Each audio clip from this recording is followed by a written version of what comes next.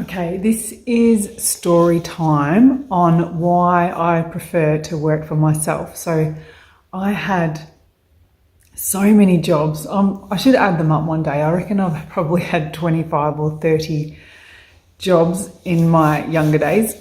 So I moved to Melbourne at the age of 18 with my boyfriend, and I looked in the paper to look for jobs basically. And there was a telemarketing job that came up there, so I applied for it, went for an interview, and of course I got it because guess what? It was a dating agency. So wasn't that a big eye-opener? So it was in Dandenong, so I had to catch like 2 trains. I was in Moorabbin at the time, so I had to catch 2 trains to get to Dandenong. I think it was into Caulfield and then out to Dandenong. It was, quite funny. It was a partnership. They weren't together, but it was owned by 2 people, a man and a lady. And there was 2 rooms, and it was kind of us against them. So we were in the smaller room, but we made more money with less people than the bigger room did with more people. So there's all these, we're all answering the phone,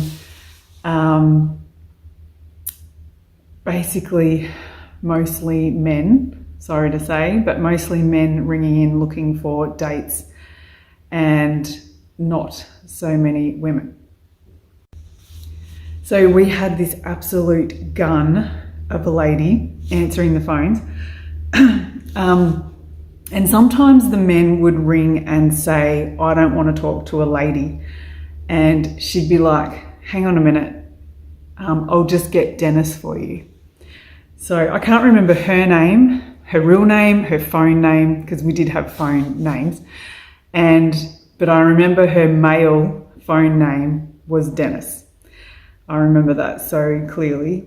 So she'd just wait for a minute and la-di-da, just waiting for Dennis to come to the phone. And then she'd put on a Dennis speaking, man's voice. That probably wasn't a very good man's voice, but she did it so well, and we would try and make her laugh. So she'd be off the phone, holding the phone to try and stop like the laughter in the background, but she did it so well. And at the end of the day, she still got the dollars. So good old Dennis. It was a funny place. We even had people, I won't say too much, but they'd pop in on a Thursday with stuff that had fell off the back of a truck for sale on the cheap. So that was interesting. So I was there for, I don't know, maybe a few months. And then, so the other room, not us, the other room sold a VIP membership to a fellow in New South Wales for $96,000. Not all in one hit, but in chunks of money. This VIP membership to find him basically the woman of his life or a wife. And he took them to court basically. So, and I forgot to say that because they couldn't find this guy in New South Wales, women to the value of $96,000 in a membership file, they actually had to send someone from the office. They were that desperate to find him a date to keep him happy, I suppose, and not have him go to the police or, I don't know, Consumer Affairs or whoever the hell he would have gone to. But they actually sent a girl from the office. I don't know if she drove there, or like a lady, not a young girl, but a lady. And yeah, she drove there or flew there to have a date with him to keep him happy. So it was basically gonna go downhill. Like, there was no way around it, really. He wasn't in Sydney or anything. He was in a maybe a large country town, but there wasn't enough women to give him dates for this price that he had paid. So the whole setup dispersed a little bit. So the two partners separated. Again, like, they weren't together, but business partners separated. And the gentleman partner, wanted to take Dennis, the lady, with him to the new business. So he was going to start a fresh new business name. So she said she wasn't going without me. My God. So the two of us left the business and went to South Melbourne. We opened an office in South Melbourne, and I became the call person to organise the dates, more so than answering the phones for the membership.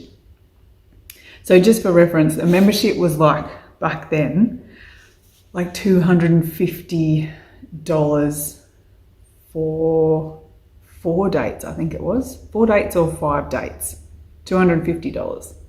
So the fact that they sold this guy a membership in New South Wales for $96,000 was like unheard of, really. Anyway, I'm sure they did get charged for it. I just wanted a job, basically. I'd moved to Melbourne, and I just took the first job I could get until I found something better, and it just so happened to be that. Anyway, it was a big eye-opener. So yeah, I was answering the calls in South Melbourne, and that was a shit job, because the men would say they weren't married, but they mostly were, and the women would say they didn't want to see married men, which is fair enough, but they were like the minority. These women were the minority of people calling up looking for dates. So we would basically have to set them up with a married man and hope that they didn't have that conversation. And sometimes they did and sometimes they didn't, but usually Monday morning I was getting the angry phone calls from the women saying, I told you guys when I don't think the women even had to pay a membership, actually. I think only the men had to pay the membership. But, they were really mad because they didn't want to see a married man. And I guess we had no choice because there wouldn't have been a date, basically. It's shit, but that is the reality. So this, I still to this day have a little bit of phone phobia, I reckon, because it was pretty traumatic to have angry people ringing you quite often. So that job didn't last very long. I might have been in South Melbourne for a couple of months and thought, this is not for me, no thank you, I will go and find another job. So yeah, all these jobs that I've had in my life, I think, have led to me working for myself. So there's a little story for you. I've got plenty more where they come from. So lots of jobs, lots of stories. So stay tuned.